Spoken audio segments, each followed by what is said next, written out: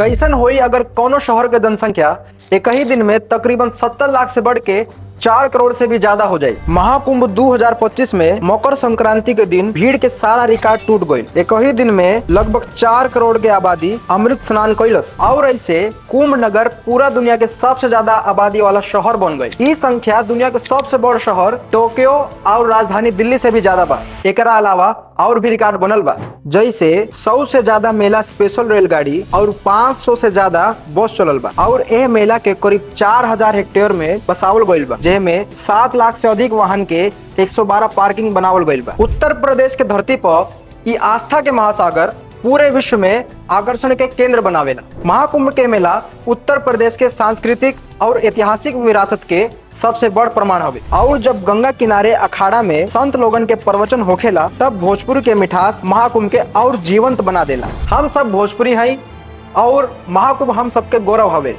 प्रणाम।